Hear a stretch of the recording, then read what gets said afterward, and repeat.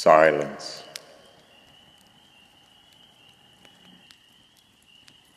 The mountain pinnacles slumber. Valleys, crags, and caves are silent. "Listen to me," said the demon as he placed his hand upon my head.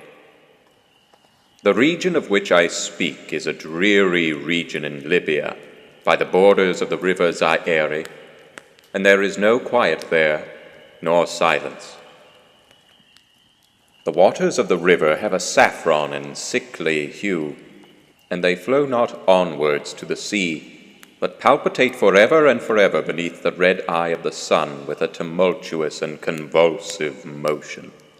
For many miles on either side of the river's oozy bed is a pale desert of gigantic water lilies.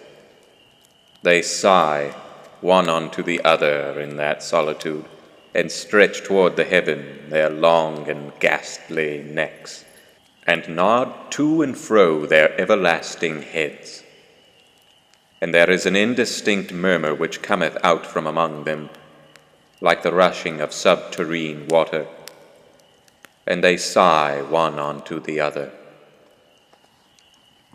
But there is a boundary to their realm, the boundary of the dark, horrible, lofty forest, where, like the waves about the Hebrides, the low underworld is agitated continually.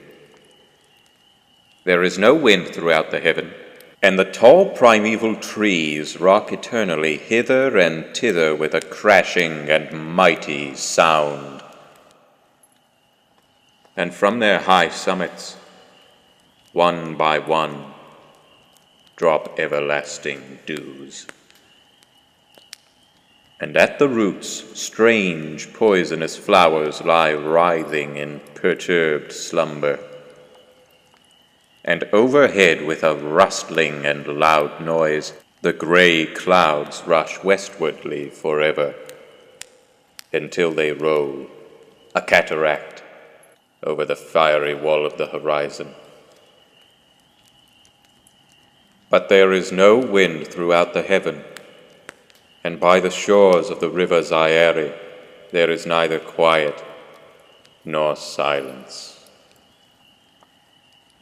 It was night, and the rain fell, and falling it was rain, but, having fallen, it was blood. And I stood in the morass among the tall, and the rain fell upon my head, and the lilies sighed one unto the other in the solemnity of their desolation. And all at once the moon arose through the thin, ghastly mist, and was crimson in color. And mine eyes fell upon a huge gray rock which stood by the shore of the river, and was lighted by the light of the moon. And the rock was gray and ghastly and tall, and the rock was gray.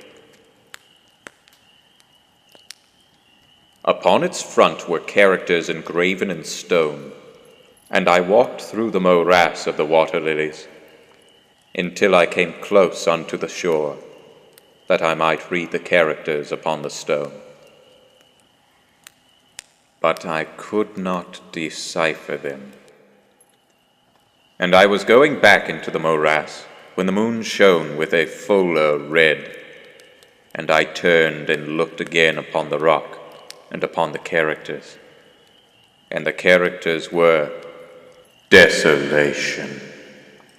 And I looked upwards, and there stood a man upon the summit of the rock. And I hid myself among the water lilies, that I might discover the actions of the man. And the man was tall and stately in form, and the man was wrapped from his shoulders to his feet in the toga of old Rome. And the outlines of his figure were indistinct, but his features were the features of a deity. For the mantle of the night, and of the mist, and of the moon, and of the dew had left uncovered the features of his face, and his brow was lofty with thought, and his eye wild with care, and in the few furrows upon his cheek I read the fables of sorrow, and weariness, and disgust with mankind, and a longing after solitude. And the man sat upon the rock, and leaned his head upon his hand, and looked out upon the desolation. He looked down into the low, unquiet shrubbery, and up into the tall primeval trees, and up higher at the rustling heaven, and into the crimson moon. And I lay close within the shelter of the lilies, and observed the actions of the man. And the man trembled in the solitude. But the night waned, and he sat upon the rock. And the man turned his attention from the heaven, and looked out upon the dreary river Zaire, and upon the yellow ghastly waters, and upon the pale legions of the water lilies. And the man listened to the sighs of the water lilies, and to the murmur that came up from among them. And I lay close within my covert, and observed the actions of the man. And the man trembled in the solitude. But the night waned, and he sat upon the rock. Then I went down into the recesses of the morass, and waded afar in among the wilderness of the lilies, and called unto the hippopotami which dwelt among the fens in the recesses of the morass. And the hippopotami heard my call, and came with the behemoth unto the foot of the rock, and roared loudly and fearfully beneath the moon. And I lay close within my covert, and observed the actions of the man. And the man trembled in the solitude. But the night waned, and he sat upon the rock. Then I cursed the elements with the curse of tumult, and a frightful tempest gathered in the heaven, where before there had been no wind. And the heaven became livid with the violence of the tempest, and the rain beat upon the head of the man, and the floods of the river came down, and the river was tormented into foam, and the water lilies shrieked within their beds, and the forest crumbled before the wind, and the thunder rolled, and the lightning fell, and the rock rocked to its foundation. And I lay close within my covert, and observed the actions of the man. And the man trembled in the solitude. But the night waned, and he sat upon the rock.